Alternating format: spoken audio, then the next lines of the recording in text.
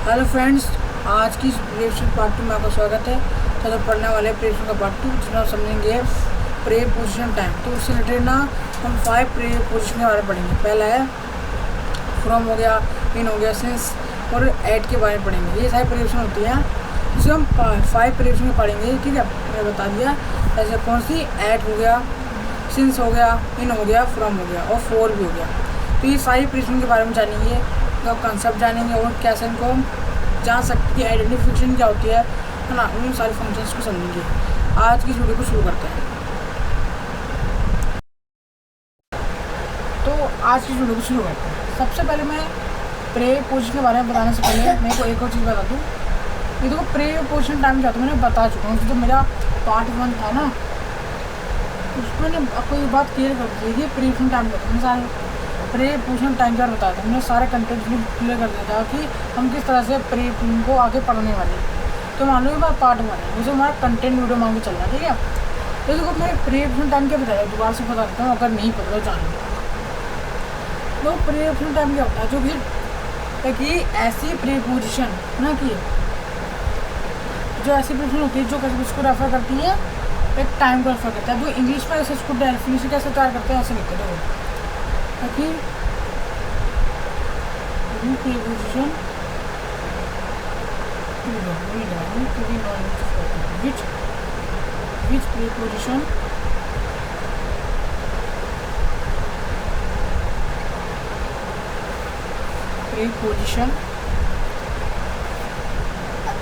which preposition refer the time, है ना। ये डेफिनेशन है which preposition, जो which preposition are refer the time,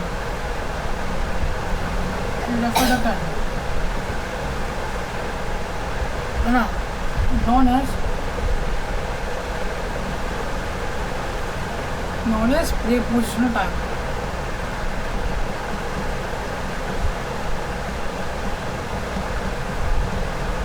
preposition time,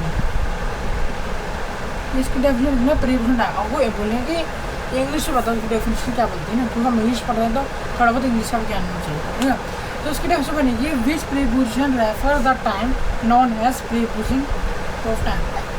तो अब इस डेफिनेशन को राइट कर सकते हैं। अब देखो मैं एक चीज़ और बता देता हूँ। अब प्रीपोजिशन टाइम क्या होता है, देखो टाइम को 3 तरीके से हम करते हैं, मैंने बता रखा है। अगर कॉन्सेप्ट क्लियर नहीं है तो ये लास्ट टाइम मैं बताना चीज़ को देखो फिर तो समझ लो, फिर मैं आगे नहीं बताने वाला। ठीक है, देखो टाइम क्या होता है, टाइम जिसको हम 3 तरीके से रेफर करते हैं। पहला तो फर्स्ट ऑफ ये होता है जब कभी किसी इवेंट के जरिए आप उसको कर सकते हो, है ना। दूसरा होता है इसको हम कहते हैं कैलेंडर के जरिए भी कर सकते हो। और तीसरा होता है क्लॉक के जरिए। क्लॉक के जरिए कि जो हमारा क्लॉक टाइम होता है उसके बाद। अब देखो मैं इनका सबका मतलब बहुत आसान से, जब कोई इंसिडेंट की बात करते हैं तो वो इवेंट में आ जाएगा, कोई भी इंसिडेंट। कैलेंडर में कोई भी कैलेंडर की डेट ना, तो 4, 25, 26, 9 या 11 इस तरह की डेट्स होती है। अब क्लॉक क्या होता है, जब वो कोई टाइम बताते हैं क्लॉक के लिए, क्लॉक को नहीं बताना है। तो बोलो मैं 10 o'clock ना 11:30 या 1 o'clock, जिस तरह का टाइम होता है ना जो क्लॉक के बता देंगे, क्लॉक में आ जाएगा। तो टाइम को इस तरह से रेफर करते हैं। तो उसमें क्या होता है, जो प्रीपोजिशन टाइम होता है तो उसमें इसी मतलब कि प्रीपोजिशन टाइम होता है इसमें इवेंट, कैलेंडर और क्लॉक से जो रिलेटेड सारी प्रीपोजिशन, ये जो इवेंट, जो कैलेंडर, क्लॉक के इससे रिलेटेड जितनी प्रीपोजिशन होती हैं वो सारी प्रीपोजिशन टाइम में रहती है। ठीक है, अब जो उसकी मेन चीज़ समझते हैं, देखो कौन कौन सी प्रीपोजिशन पढ़ने वाले मैं यहाँ लिख देता हूँ। हम कौन कौन सी प्रीपोजिशन स्टडी करेंगे। पहला होगा हमारा एट के बारे में जानेंगे, इन के बारे में जानेंगे, सिंस के बारे में जानेंगे, फ्रॉम के बारे में और फोर के बारे में। ये हमारा आज का टारगेट हो गया। हम क्या करेंगे, सिर्फ ना जो पार्ट में ना 5 प्रीपोजिशन पढ़ेंगे, फिर अगले पार्ट में 5 और पढ़ेंगे, फिर ऐसे और अगले पार्ट में 5 और ऐसे करके हम प्रीपोजिशन को क्लियर करेंगे। ओके, तो हमारा आज का टारगेट होगा जिसमें हम एट, इन, सिंस और फ्रॉम को 4 को समझने वाले। अब पहले शुरू करते हैं हम ऐड से। देखो ऐड का हमने कहीं लंबी कोई रीडिंग करते हैं ना, तो रीडिंग में अभी दिखता जरूर है कि ऐड का क्या होता है। और हम ज़्यादा देखते हैं कि ऐड का कब लगा था, जब टाइम देते ना तब। तो कोई भी हम टाइम के साथ लगता है हमेशा, ठीक है। हम जब भी रीडिंग करते हैं तो वो हमें टाइम के साथ हमेशा दिखता है, ठीक है। तो इसका पहला यूज़ तो ये बन गया। इसको रेफर करता है refer the point of time. इसको refer the point of time refer करता है, इसको पॉइंट ऑफ टाइम।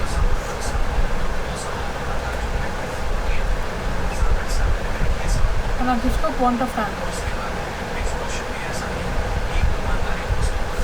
अब पॉइंट ऑफ टाइम क्या होता है वो मैंने बता रखा है।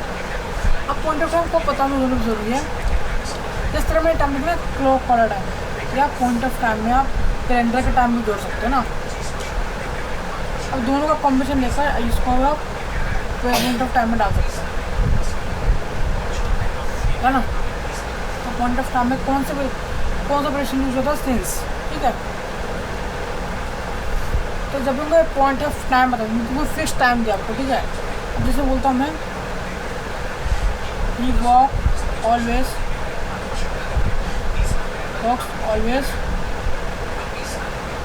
Eight 6 o'clock, 6 AM। ये क्लॉक टाइम हो गया।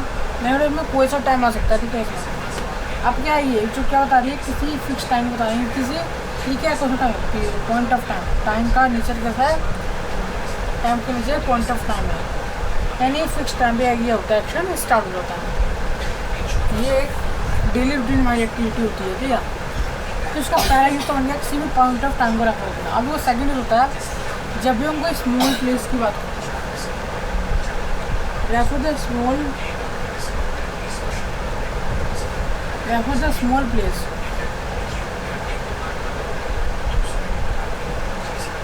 अब स्मॉल में से आपको दो स्मॉल जो प्लेस है, हाँ प्लेस ही होगा। अगर स्मॉल जो प्लेस का मतलब क्या है, बिल्कुल छोटी मोटी जगह है। अब जैसे कोई भी सिटी का नाम लिख दो, जैसे कोई होम होता है, होम हो गया, सिटी हो गया। अब कोई छोटी मोटी शॉप्स में आ सकता है, ये भी लो। अब इन सब में छोटी मोटी शॉप की बात कर रहा हूँ, बड़ी भी है ना। और क्या हो सकता है, जैसे मैं कोई सिटी का नाम लिख दिया, मैंने दिल्ली सिटी नाम लिख दिया, दिल्ली हो गया। जब मैं सब में लिख दूँ, एक तो मैंने किसी टाउन का नाम लिख दिया, मैं टाउन लिख दिया, नावली लिख दिया, नावली लिख दिया, है ना। जो इस तरह के जो ये जो नावली, ये सबके छोटे मोटे प्लेसेस हैं। तो इन सबके साथ होता है ऐड का यूज़ कर सकते हो। इसका ऐड का यूज़ होम, सिटी, दिल्ली और कोई भी टाउन का नाम लिखो तब भी। फर्स्ट और पहला यूज़ पॉइंट ऑफ टाइम, दूसरा स्मॉल प्लेस की बात करना। अब जब मैं कुछ एक एग्जांपल लेकर ज़रा बताती हूँ, उससे आपको कॉन्सेप्ट में और क्लियरिटी आएगी। मैं एग्जांपल क्या मैं कह सकता हूँ,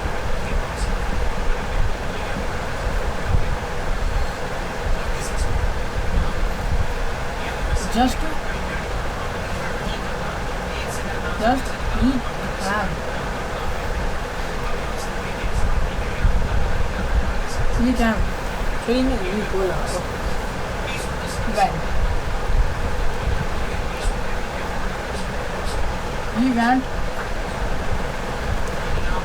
he went go to, and just he went go to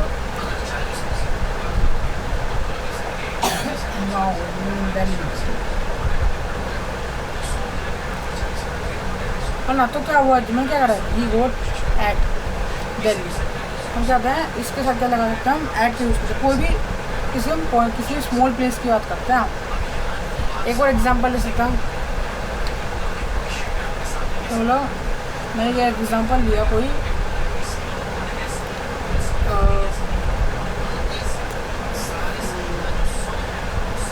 ये ले ना, मैं फास्ट कर लूँ एग्जाम्पल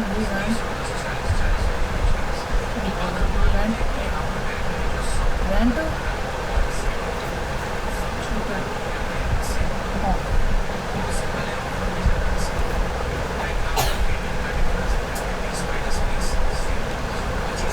तरह से क्या होता है, हम इसको यूज़ कर सकते हैं। तो ये होता है हमारा सेकंड यूज।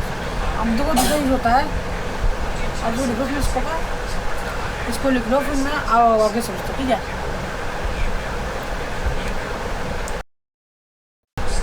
अब हम समझेंगे इसका जो थर्ड यूज क्या है। इंडिकेट द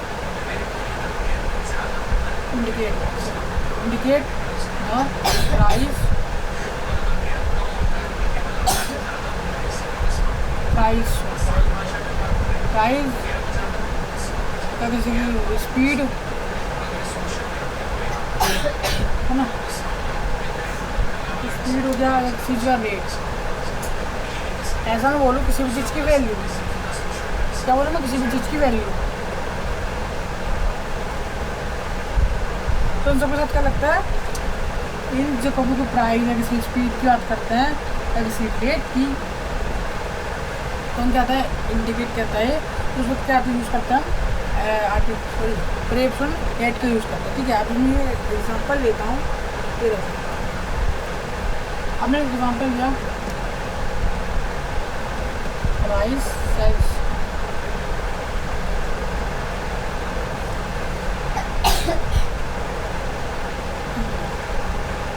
अब ये एग्जांपल देखो, मैं क्या करूँ, टाइम को किस में प्राइस में रहोगे, स्पीड में, रेट में। अब रेट क्या होगा ना, जो इस तरह से वो लिखा है रेट में, तो ये रेट में आ जाएगा, क्योंकि ट्रैफिक रेशो। अब टोटल प्राइस यानी कि जब हम कोई टोटल निकालते हैं उसको तो प्राइस बोलते हैं, ठीक है। अब rice sells at 10 rupees kilo, तो क्या हुआ, हमने एट का यूज़ करा क्योंकि हमने कोई एक महीने में क्या था, प्रॉक्सिमिटी वैल्यू बताई हमने, क्या किसी फिक्स वैल्यू बताई किसी भी चीज़ की, क्या 10 रुपये किलो, ठीक है। अब एक और एग्जांपल लेते हैं, है ना। मैंने एक एग्जांपल लिया, आई ब्रॉट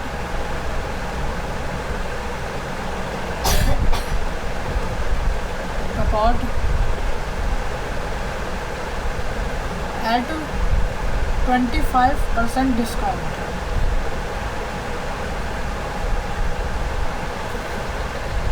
अब क्या है, मैंने क्या करा, अब डिस्काउंट बोल रहा है। अब यहाँ पे प्राइस, स्पीड, रेट, अब तो किस चीज़ में देखो ये बता, ठीक है। अब देखो हमने कहा I brought the caught at, यानी कि एट लगा दिए, क्योंकि ये पे यहाँ पे क्या बताया, प्रॉक्सिमिटी वैल्यू बताइए। प्रॉक्सिमिटी वैल्यू होती है किसी फिक्स वैल्यू या 25 डिस्काउंट पर है। अब 25 का, ठीक है। तो ये होता है जब हम कोई इंडिकेट प्राइस को इंडिकेट करते हैं किसी भी रेट को, यानी सबको मैं एक वन वर्ड बोलते हैं वैल्यू, जिसकी प्रॉक्सिमिटी वैल्यू को बताना है। प्रॉक्सिमिटी वैल्यू ऐसे मतलब ये बोल रहा है, प्रॉक्सिमिटी वैल्यू को बताना, वो भी किसके टर्म में, वो भी आप प्राइस की टर्म में, इसकी प्राइस की टर्म में, प्राइस की टर्म में बताना है ना, प्राइस, या किसी स्पीड की टर्म में या किसी रेट, इन सब की टर्म में आप किसी भी प्रॉक्सिमिटी वैल्यू को बता सकते हैं ना। किसी की स्पीड बता दूँ, या किसी का प्राइस बता दूँ, या किसी की स्पीड बता दूँ, ठीक है। ये होता है किसी भी इंडिकेट को करना, ये पहला जो थर्ड यूज मानना, ठीक है। अब आता हम, ये तो पहले प्रोसेस में समझ लिया ऐड का कैसे यूज होता है। अब दूसरी क्वेश्चन आती है इनके बारे में।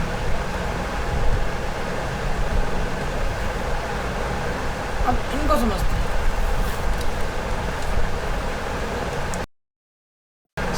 अब हम समझेंगे इन क्वेश्चन के बारे में।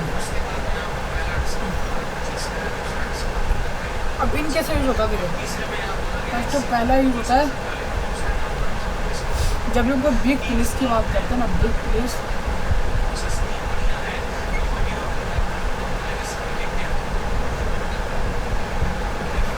किसकी टर्म में, किसी कंट्री का नाम है ना, या कोई इसलैंड का नाम भी ले सकते हो, है ना, कोई इसलैंड का नाम या कोई प्लेनेट का नाम, है ना, या कोई स्टेट का नाम ले लो, इसी के अंदर ले लो स्टेट को ना, किसी, है ना, किसी स्टेट को। मैंने क्या बोला, किसी बिग प्लेस को रेफर करना, बिग यानी बड़ा रीजन कि जिसकी जो कंट्री और जो कोई भी लैंड या प्लेनेट की बात करते हैं, किसी स्टेट की बात करते हैं, तब भी यूज़ करते हैं। अब मैंने एक एग्जांपल लेता हूँ, जब मैंने एक एग्जांपल लिया,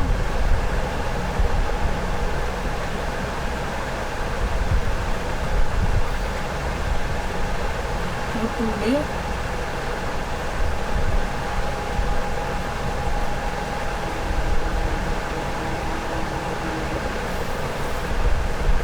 I am going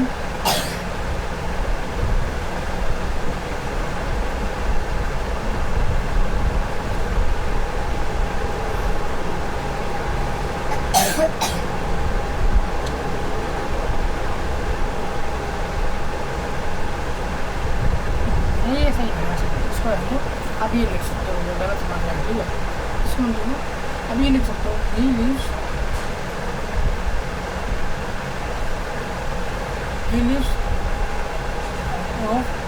in India. कोई अदर कंट्री का नाम भी सकते हो, मैं एक कंट्री में न्यूजीलैंड की बात कर लेता हूँ।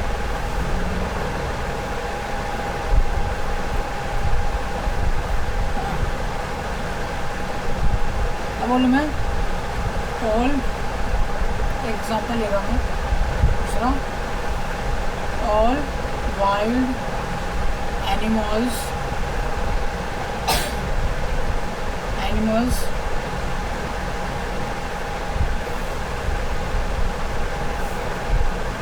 survive the life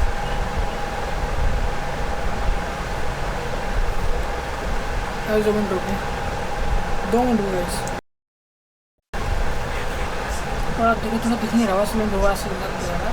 मैं इनका बोले, इनका यूज़ कहाँ करते हैं, जब हम बिग प्लेस की बात करते हैं, चलो कोई किसके ड्रम में, किसी कंट्री के ड्रम में, किसी आइलैंड के ड्रम में, या किसी प्लैनेट के ड्रम में, किसी स्ट्रीट के ड्रम में। मैंने दो एग्जाम्पल्स लिए हैं। पहला example he lives in India, मैंने इन लगाया, तो वो सब किसकी बात करी, बिग प्लेस की बात करी, तो मैंने लगा दिया। और दूसरा एग्जाम्पल है all wild animals survive the life in the Asia island. अब एशिया आइलैंड लिखा, कोई भी आइलैंड की बात करो, किसी प्लेनेट की बात करते हो, तो क्या वो सब बिग प्लेस है ना। अब प्लेस है नहीं, कोई भी जगह का नाम ना, अब जो कोई सी भी जगह हो सकती है, वो जब कोई आइलैंड हो, प्लेनेट हो, समथिंग, ठीक है। लाइफ इन द, अब देखो क्या आइलैंड क्या बड़ा प्लेस है, तो मैंने क्या यूज़ करा था, इनका यूज़ करा, है ना। अब आते हैं हम दूसरा आता, दूसरा इसका यूज़ होता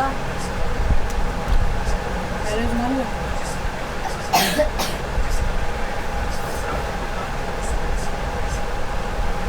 ये भी आता है, जब भी हम कोई दूसरा इसका यूज़ होता है, दो इसका यूज़ होता है। पहला जब भी हम प्लेस में एंटर करते हैं, है ना, जब भी हम प्लेस में एंटर करते हैं ना, तो प्लेस में एंटर करते हैं, तभी हम क्या यूज़ करते हैं, इनका यूज़ करते हैं, इसका है ना।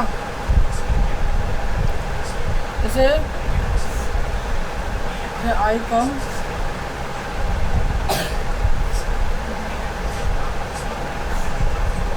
आई कैन माई होम, ठीक है। अब मैं इनका यूज़ करा, इनका यूज़ करा मैंने, माई होम, यानी वो एंटर और इस प्लेस में एंटर हो रहा है। अब से यहाँ पे और भी एग्जांपल ले सकते हैं, मैंने एक और एग्जांपल लिया,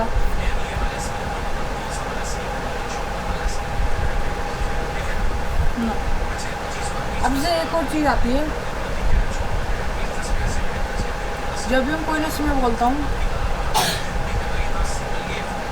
शुरू में I am,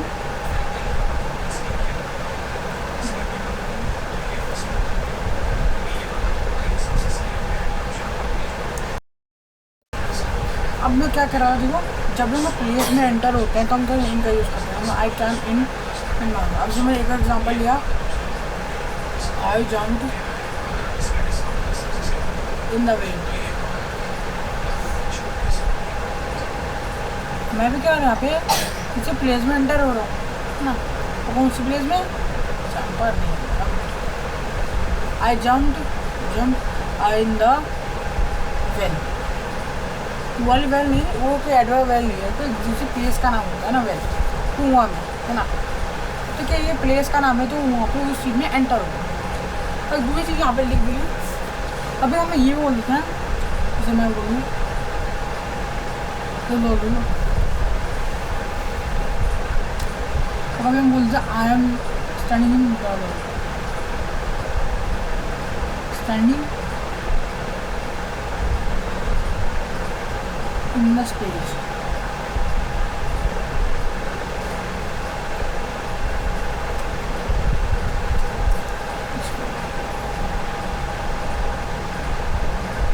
in the podium, है ना। तो क्या हुआ, मैंने ये लिखा आई एम स्टैंडिंग। ये गजब ऊँची होती है कभी हम ये बोल लेते हैं, लेकिन क्या करना तुम्हें यहाँ पे आपको ऑन प्रेशन यूज़ करनी पड़ती है। यहाँ इन पढ़ते हैं तभी हम, मैं इनका यूज़ बता रहा हूँ, कहाँ को इनका यूज़ नहीं करते। जब हम कोई स्टेट ऑफ बीइंग की बात करते हैं ना, तो हमें ऑन लगाना होता है ना,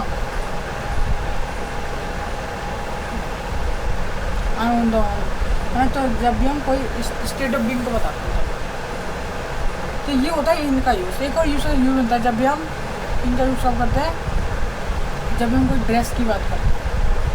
ड्रेस जैसे बोलूँ मैं, ड्रेस कैसा होता है, यानी जैसे बोलूँ मैं, ही वॉज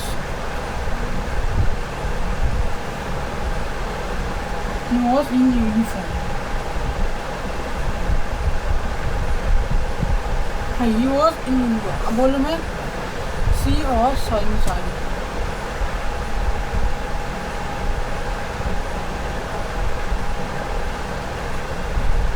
है ना। सी वॉज इन साड़ी, तो ये क्या होता है, ये तो जब हम कोई ड्रेस की बात, जैसे यहाँ पे ड्रेस क्या, यूनिफॉर्म और साड़ी। अब दो एक ड्रेस की बात करें तो मैंने भी इन लगा, इनका यूज़ कर रहा है, तो यहाँ इस सेंस को भी आप इनका यूज़ कर सकते हैं। जैसे समझ में आ गया हो, जब हम प्लेस में एंटर होते हैं तब हम यूज़ करते हैं इस चीज़ का ना। बोलो I came in my home, I jump in the bed, ये होता है इनका यूज़। दो हमारी और क्वेश्चन बचे हैं, उसका हम वीडियो को एंड करेंगे। आप जिसको लिख सकते हैं नाम बढ़ते हैं सेल्स की ओर।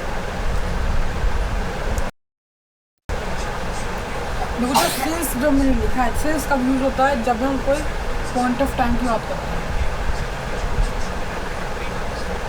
मैंने भी शुरुआत में बताया था कि जब हम कोई क्लॉक टाइम, है ना, क्लॉक या कोई कैलेंडर का टाइम लिखते हैं, तो वो इसके अंदर लेता है, सब किस में ले सकते हैं, किस में ले सकता है, तो पॉइंट ऑफ टाइम में ले सकते हैं, है ना। आप पीरियड ऑफ टाइम में टाइम लेंथ दी जाती है। जैसे मैं बोलता हूँ मैं, है ना, जैसे मैंने बोला एग्जाम्पल यूज़ का, he has been working since January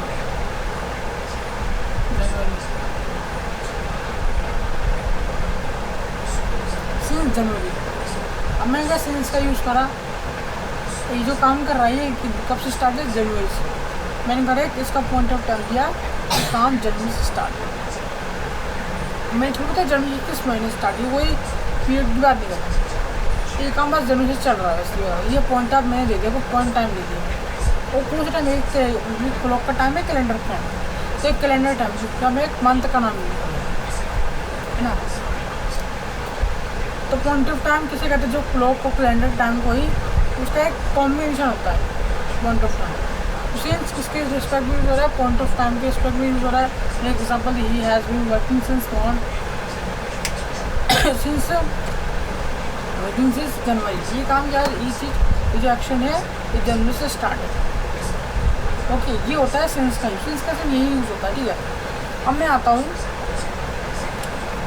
और इसके कौन से यूज़ पर अब आएंगे हम, फोर को। सॉरी फ्रॉम को समझेंगे, इसको फ्रॉम को। देखो फ्रॉम क्या होता है, फ्रॉम किसे कहते हैं, फ्रॉम कहता है किसी भी रेफर द मोशन,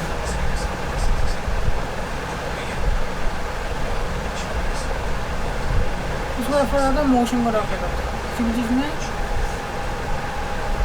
गति दिखा दे, किसी भी चीज़ में तो मोशन दिखाएगा। कोई भी मतलब कि मोशन कैसे होगा, किसी भी एक पॉइंट से दूसरे पॉइंट तक कोई मोशन होगा, ये होगा मोशन। अब इसमें एक एग्जांपल ले आओ, एग्जांपल की मैंने लिया US come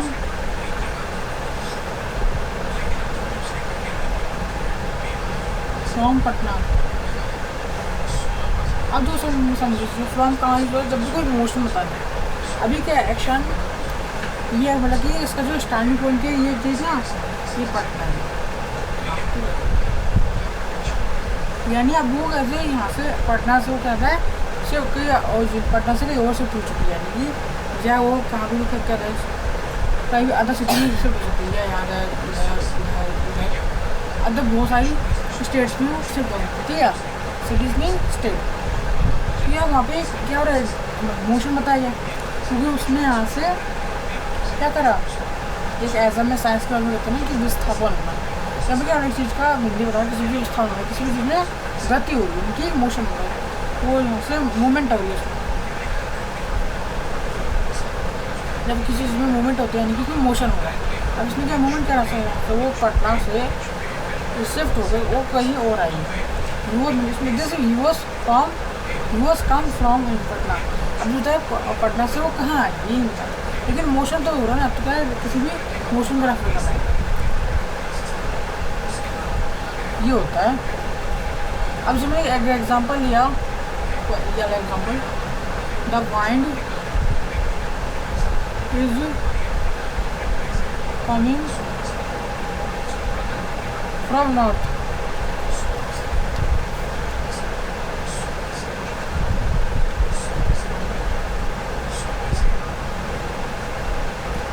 From the north.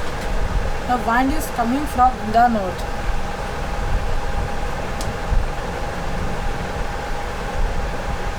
तो रोमन जब ये अभी एक्शन है, यानी जो हवा हो रही है नॉर्थ डायरेक्शन से आ रही है, हाँ नॉर्थ डायरेक्शन से आ रही है,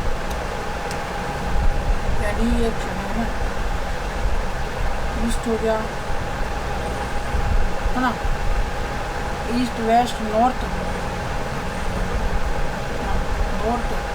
साउथ।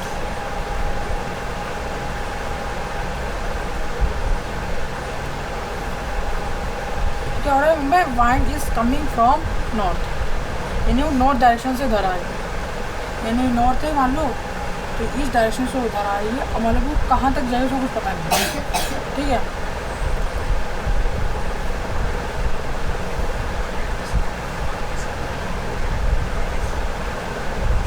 यानी एक्शन यहाँ पर अब वो चलने क्या मोशन हो रहा है, यानी वहाँ पे कहता है वाइंड यहाँ से स्टार्ट हुई, अब वो दूसरी जगह पे जा रही है, तो क्या वहाँ पे भी एक मोशन हो रहा है, ठीक है।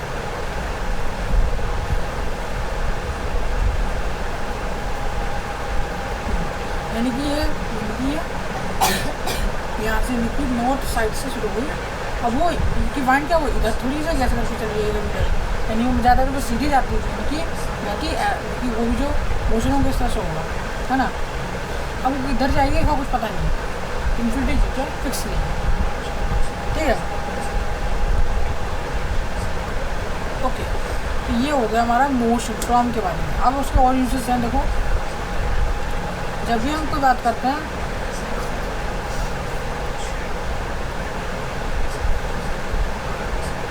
यही तो समझ गया कि किसी भी चीज़ मोशन होगा, जब कोई भी सब्जेक्ट कोई एक पॉइंट से दूसरे पॉइंट पे जाता है तो उसे कहता है मोशन हो रहा है, ठीक है।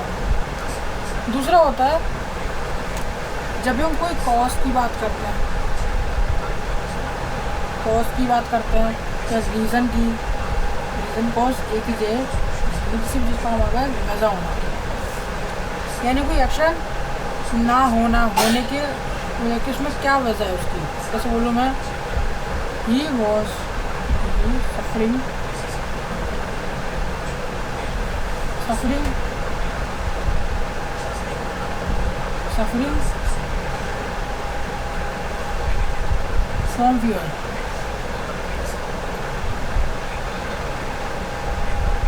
है ना। तो सफरिंग फीवर, ये कहने की एक्शन जो है सफरिंग होने का, लेकिन अब होने ना होने का, तो अब एक्शन का मतलब मैं क्या कह रहा हूँ, जब एक्शन होने ना होने का कॉस्ट है। अब जो एक्शन हो, ये एक्शन होने का कॉज क्या है, ये क्या फ्रॉम फीवर, लेकिन क्या फीवर क्या हो गया, कॉज हो गया, ये रीज़न भी बोल सकते हो, ये इसका रीज़न मान के चलो, ठीक है।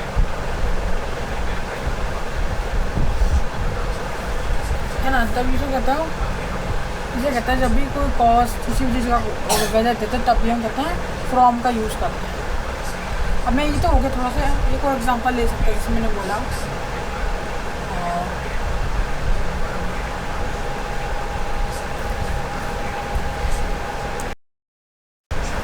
मैंने एग्जांपल लिया, he is not coming to school from farm, ठीक है। अभी के एक्शन जो है, अब उसमें ना होने की, जो एक्शन ना होने की वजह क्या है, बिकॉज यहाँ पे शायद फार्मिंग की वजह से, नीचे क्या बन गया, कॉज बन गया। तो मैं लिखता हूँ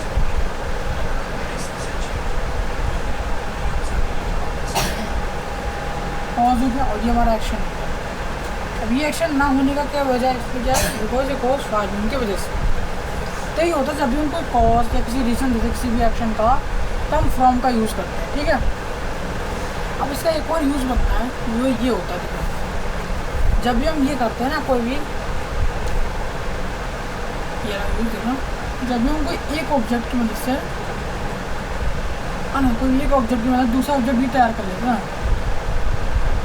एक ऑब्जेक्ट की मदद से दूसरा ऑब्जेक्ट तैयार करते हैं, यानी अब समझें जिस चीज़ का बोला, देखो यानी कोई भी एक ऑब्जेक्ट आपको दे रखा है, अब बोलो मुझे इस चीज़ से दूसरी चीज़ तैयार करके देखो, जैसे बोलूँ मैं,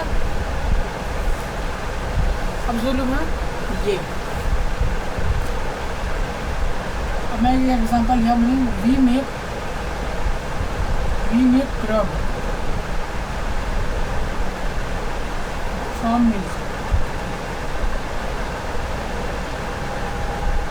यानी जब we make curd from milk, अभी क्या जो चीज़ यूज करते हैं, इसका एक ऑब्जेक्ट था, कौन सा था, मिल्क। अब मिल्क से क्या है, कर्ड बनाना, मिल्क से बनाने कर्ड, इसका तो एक ऑब्जेक्ट था, देखो क्या था,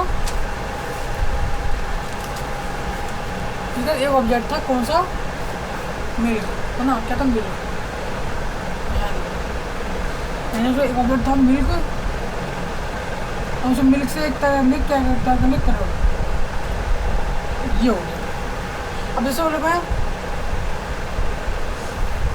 अब सॉरी मैं आयरन से मैंने निकाल लिया, आयरन से मैंने क्या बना लिया, स्टील बना लिया, है ना। जैसे मैंने क्या वुड का यूज़ करके मैंने टेबल बना लिया,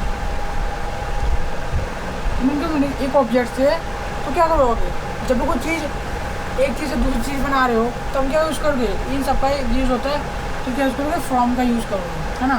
जब कोई एक ऑब्जेक्ट दिया है, तो अगर एक ऑब्जेक्ट से दूसरा ऑब्जेक्ट भी तैयार कर लेते हो, तो मिल्क से कर्ड को तैयार कर लिया, आयरन से स्टील को तैयार कर लिया, वुड से मेज को तैयार कर लिया, है ना। तो ये होता है फ्रॉम का यूज़, तो ये वो फ्रॉम का कॉन्सेप्ट, ठीक है। अब हम लास्ट क्वेश्चन बच रही है, उनको समझ के फिर आज वीडियो ऐड करते हैं, आज सब लिख ले, फिर आपको समझाता है आगे, ठीक है। अब हम समझेंगे फोर के बारे में, फोर कैसे यूज़ होता है समझते हैं। इसका पहला यूज़ ये होता है जब हम कोई refer the personal benefit,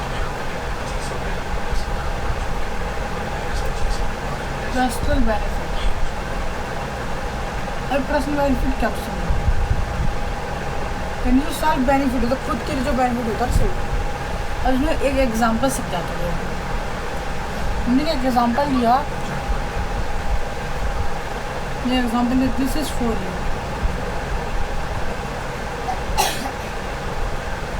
this is for you, है ना, ये क्या, दिस इज फॉर यू, यानी कि फर्स्ट ऑब्जेक्ट है ना, सॉरी ऑब्जेक्ट है तो फर्स्ट पर्सन है, तो उसके लिए बस दैट पर्सन बेनिफिट।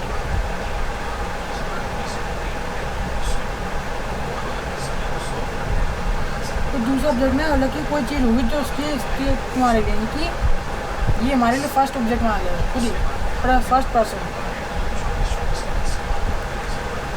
और कोई सेकंड पर्सन आगे उसको कुछ दे रहा है, कि कुछ भी दे रहा होगा हमें पता नहीं है, ये कोई सेकंड पर्सन, फर्स्ट पर्सन का ये है। अब कोई सेकंड पर्सन आके सेकंड पर्सन यानी कोई सेकंड पर्सन जो है ना इसको फिर फर्स्ट पर्सन को कुछ दे रहा है, यानी कि सेल्फ बेनिफिट हो गया हमारा, है ना, क्या हुआ सेल्फ बेनिफिट हो गया।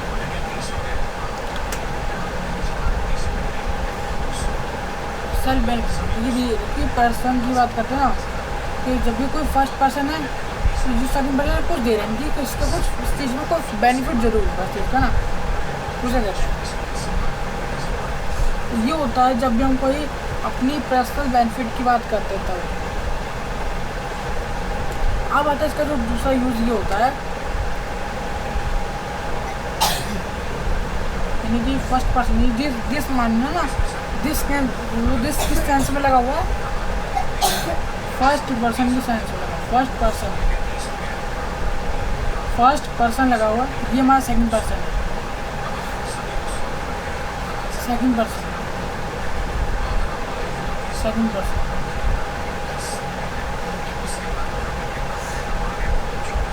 यानी यहाँ बेनिफिट किसको हो रहा है, फर्स्ट पर्सन को हो रहा है, यानी कि सेल्फ बेनिफिट, यानी कि सेल्फ बेनिफिट हो रहा है।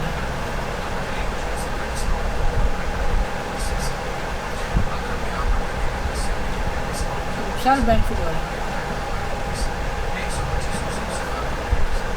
इसे कहते हैं this is for you.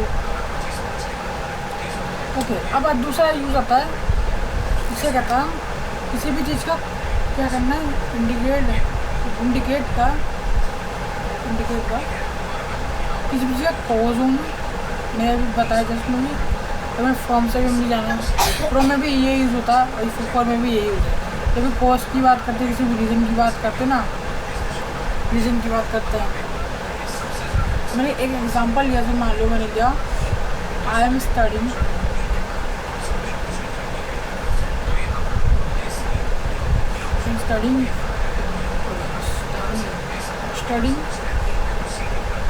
for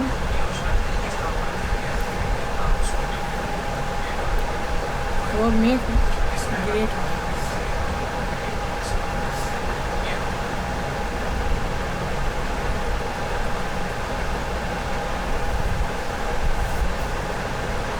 कुल में कि फोर इसके लिए एक और मेक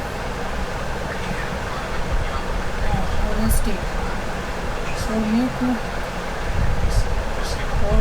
ऑनेस्ट।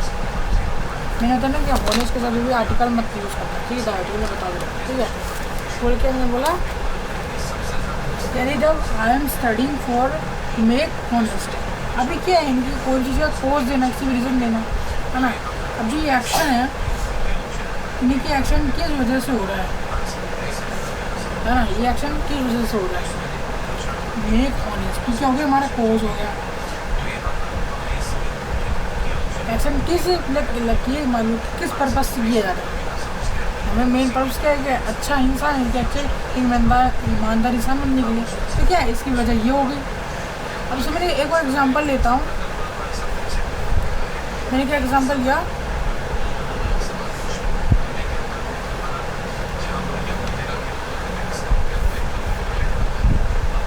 है ना, ये बोलूँ मैं इंक्रीज द प्राइस, ये इंक्रीज द प्राइस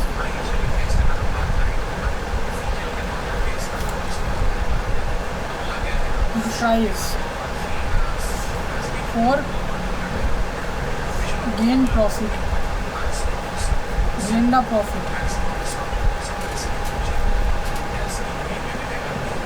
यानी कि दो इसमें क्या एक्शन क्या है, ये increase the increase the price for gain the promise.